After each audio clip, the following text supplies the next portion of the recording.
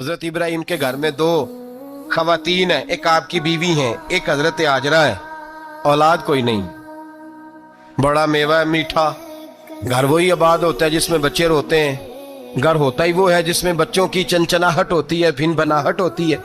हजरत इब्राहिम ने एक बच्चा रोते हुए देखा तो आंखों में आंसू आए, कहने लगे रब्बी हबली मिनस सालिहीन, या अल्लाह मुझे भी नेक औलाद अता कर दे। हजरत सारा ने सुन लिया, कहने लगी इब्राहिम शायद मेरे बतन से तो आपको नसीब नहीं, आजरा से निकाह कर लो। नाबे आजरा से निकाह हुआ। अल्लाह तो बड़ा बेनियाज है, रब करीम ने हजरत इस्माइल जैसा खूबसूरत बेटा अता फरमाया।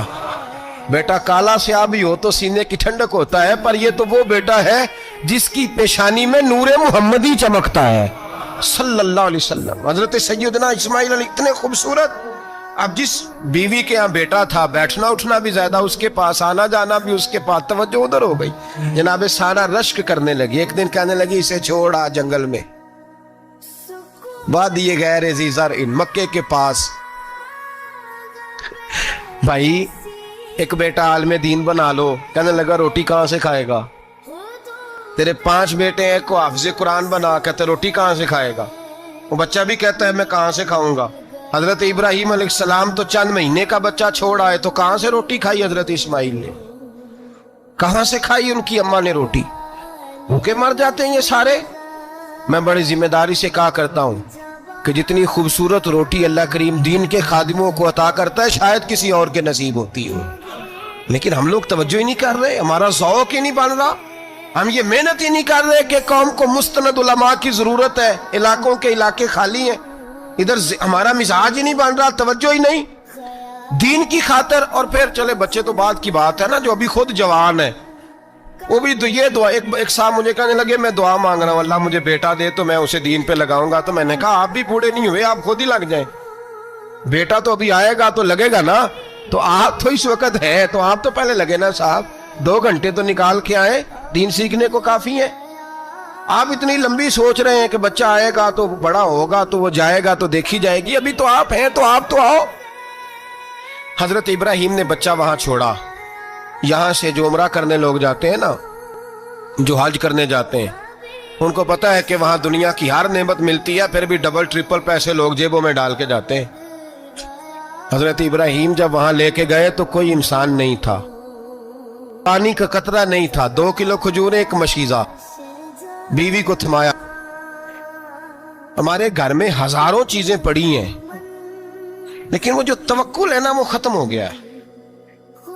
अल्लाह देगा, हलाल हलाल पे कनात करे, जायज जायज पे भरोसा करे, रब की मता करने वाला है, वो मिजाज खत्म हो गया। हजरत सैयदना इब्राहिम अलैहिस्सलाम 2 किलो खजूरें, एक मिश्कीजा पानी का दे करके, और वहां बिठाया आपने अपने बच्चे को और अपनी ज़ौजा जनाबे हाजरा को, और बिठा करके ये वापस पलटने लगे तो हजरत हाजरा सलामुल्लाह अलैहा ने आवाज दी, कहा इब्राहिम किसके सहारे पे छोड़ के जा रहे हैं?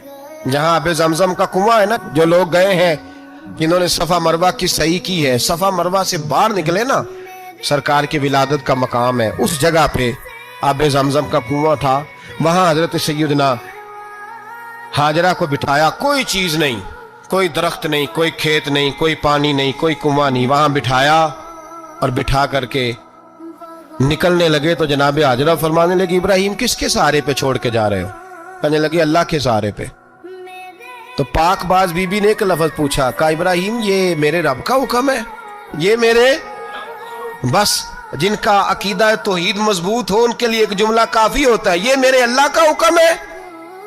तो जनाब इब्राहिम अलैहिस्सलाम फरमाने लगे हाजरा हाँ रब का हुक्म है। जब ये लफ्ज कहे तो चाहिए था ना हजरत इब्राहिम तसल्ली देते, तो बीबी साहबा तसल्ली देने लगी, अर्ज करने लगी इब्राहिम अगर अल्लाह का हुक्म है तो फिर आप हमारी फिक्र ना करना, अगर ये रब का हुक्म है तो फिर हमारी फिक्र ना करना, जिस रब ने हमें यहां तक पहुंचाया है वो हमें कभी भी जाया नहीं फरमाएगा, फिर फिक्र ना करना। हजरत इब्राहिम आ गए, बात आपने सुनी हुई है, इशारा करना मकसूद है। 13 साल में चले मान भी लिया जाए बाज रिवायात की रोशनी में कि आते जाते भी रहे, लेकिन मुकम्मल देखभाल अपने बच्चे की परवरिश में पूरा हजरत इब्राहिम अलैहिस्सलाम का किरदार, सारा किरदार माँ का था। میں جب خواتین کے بارے میں کوئی بات کرتا ہوں تو میں آپ کو اکثر کہتا ہوں کہ یہ صرف بیوی کے لیے حکم نہیں ہوتا، یہ ٹریننگ بیٹی کو دینی ہے اور بہن کو دینی ہے، یہ تربیت کریں اپنے گھر میں۔ میں تجربے کی روشنی میں یہ بات عرض کیا کرتا ہوں کہ بھائی بچے باپ کے فرما بردار اس وقت ہوتے ہیں جب اماں انہیں باپ کا فرما بردار کرتی ہے، اور بچے باپ کے نافرمان بھی تب ہوتے ہیں جب اماں انہیں باپ کا۔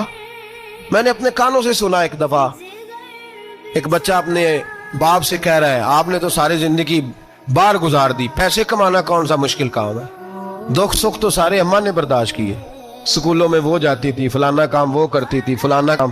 اب یہ سوچ اس کی ذاتی تو نہیں، یہ اس کو دی گئی ہے، اور اگر اس کو یہ سوچ دے دی جائے کہ اماں کہے کہ میں تو اپنوں میں رہی ساری زندگی، میں نے تو اپنوں میں وقت گزارا، اور تیرا باپ تو کئی دفعہ جنازے بھی نہیں پڑھ سکا، اس نے تو ماں باپ ایسے دفن کر دیے، وہ اگر یہ سوچ فراہم کرے تو پھر بچہ باپ کا فرما بردار ہوتا ہے۔ اور یہ والی روایتیں ہم بیوی کو سناتے ہیں، حالانکہ کس کو سنانی چاہیے؟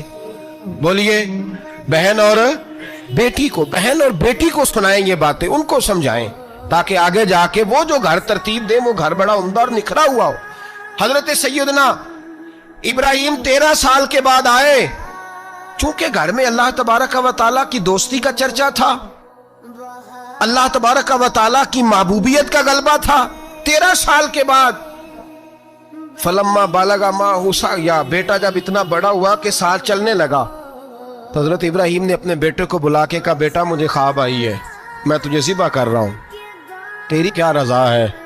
تو حضرت اسماعیل کہنے لگے یا ابت افعل ما تؤمر، ابا جی اللہ جیسے حکم دیتا ہے میرے ساتھ ویسے ہی کریں، جیسے اللہ حکم دیتا ہے ویسے ہی، بولیے، ویسے ہی کریں۔ حضرت حاجرہ کو کہا کہ ایک دوست نے دعوت کی ہے تو وہاں جا رہے ہیں، بی بی مطمئن ہے، تفصیلات کی ضرورت نہیں، ختم بات، اعتبار ہے، مطمئن ہو گئی۔ شیطان پیچھے سے آیا اماں کے پاس، ذرا تھوڑی دیر کے لیے تصور جمائیے،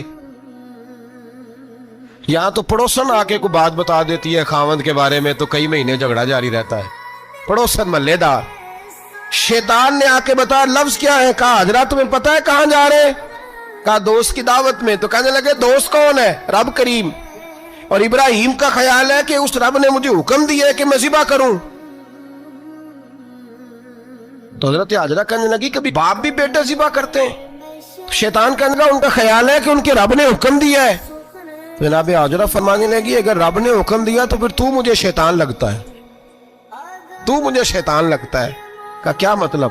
فرمانے لگی اگر رب کریم کا حکم ہے تو میرے پاس ایک اسماعیل ہے، اگر 1000 بھی ہوتے میں سارے اللہ کے راستے میں پیش کر دے دیتی، مالک کا ہی تو ہے سارا کچھ، اسی کا ہے، اس میں لیت اللہ کی کیا گنجائش؟ حضرت سیدنا ابراہیم علیہ السلام نے بیٹے کے حلق پہ چھری رکھ بھی دی اور چھری چلا بھی دی، رکھ بھی دی، اور وہ تو اللہ کریم نے فرمایا یا ابراہیم قد صدقت الرؤیا، ابراہیم تو نے خواب سچا کر دکھایا، وہ قیامت تک تیرا نام رہے گا۔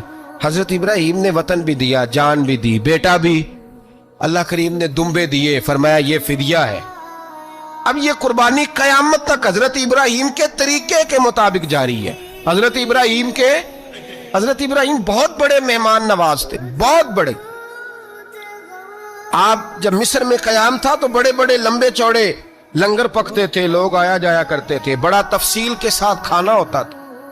مہمان نوازی آپ کی خاص صفت مبارکہ ہے، ہمارے ہاں بھی مہمان نوازی ہوتی ہے امیروں کی، بلکہ اب تو مہمان نوازی اس طرح کی ہے کہ کل تیری میرے پاس دعوت ہے اور پرسوں میری تیرے پاس ہے، وہی امیروں میں وہ چکر رہتا ہے، پارٹیاں دوست ایک دوسرے کو ڈالتے ہیں، تیری طرف پارٹی تیری طرف، اور اسی انداز میں اب یہ عید آئے گی نا، ٹکا پارٹیاں ہوں گی جگہ جگہ، اور لوگ سوال پوچھنے لگے ابھی سے، کہتے ہیں قربانی کا کتنا گوشت گھر رکھنا جائز ہے؟